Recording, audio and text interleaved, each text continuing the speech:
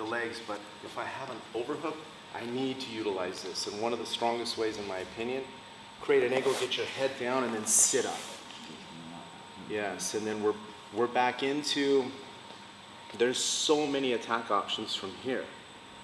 But the pathway is you'll start by holding me in half guard, and when you drop your hip, your knee points up, so my hook goes in naturally. And yes, any movement you make, but have to come back. Yeah, and I hang on this, create a little extension to sit up. It lowers your hips just enough, drops your head, and then I pull in and bite. So it can work, like you can have your knee down for a second. I can stretch and start working the arm in, but your elbow's kind of out of position. So, I mean, there's a lot of different options from here. I can literally start moving, like trying to hook sweep you to your, your left. Yes. See, when you do that, I'll pull my arm out and go straight guillotine. Like I'll let your arm go free. I just open you up. Another nice option I really like from here, especially if we're in tight, the side that I'm overhooking, that leg hooks there, which gives you makes me want to go this way.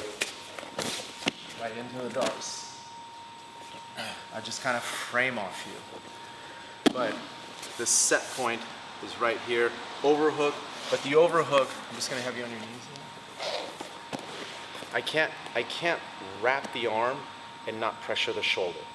And this is generally not gonna be enough.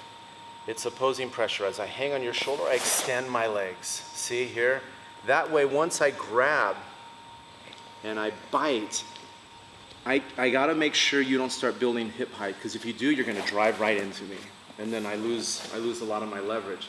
So the job of the hooks in this point is every time you start to build hip height, I create that extension. And I'm not squeezing your neck right now, but I would be really pulling this in. And same principle, if I feel any sort of defense, I start attacking the hook sweep, irregardless whether your hands are out or not. If I get a good bite and you're holding there, yeah, I'm gonna sweep you and mount you. But this movement is always facilitated. I unbalance and then I choke in more. Unbalance, choke in more.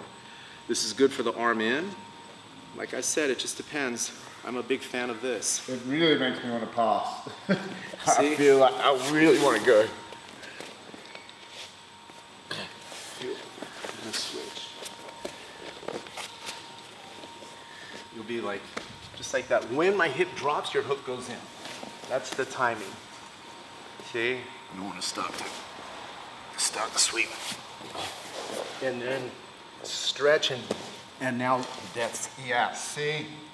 And the more, just keep pulling your hand in. Sweep me a little to the side. Like, I gotta do this. In which case, you'll probably just sweep me. otherwise you just keep digging that in.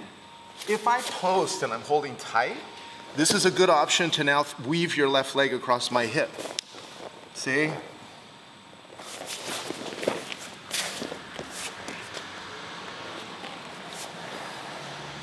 I'm not really fighting too much, but the off-balancing it gives me the blueprint from which I'm going to attack, because I need a commitment from you. I'm not going to try to sweep you if you're balanced. Yeah. I need to create some sort of instability, but the overhook, the very thing that makes the overhook such a liability is that if I wrap your arm and you start to pressure my guard, it becomes an underhook, because you'll eventually pass.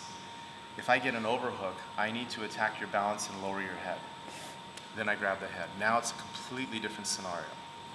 So I almost always advocate no gi. If you get an overhook, secure the head first, because that opens up so many other attacks. I can be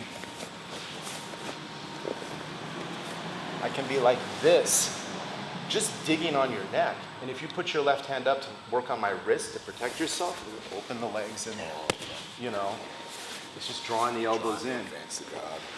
But the overhook, head control, and a little outside angle. Because the power of this is if I keep your head and shoulders down, you're at a bad angle you can't even think about passing. You have to reset your posture and align yourself with me then you're gonna come after me. So these are adjustments, but it all starts half guard bottom. This is one of my favorite ways to set up the hook, because I can't drop my hip and protect the hook from coming in at the same time. It's just the way our bodies work. As soon as my hip goes down, you're gonna find that space. See, and if no matter what, even if I back up, your knee comes in, but see, sit up and then move your hip a little to the outside. That way. Yeah, see, it's like, I can't stay like this, you're gonna choke me. I start to do this.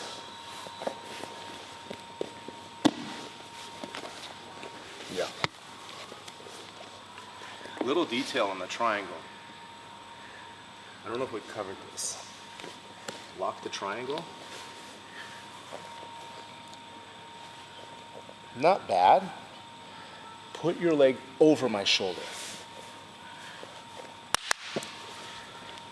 Have we gone over that? Yeah.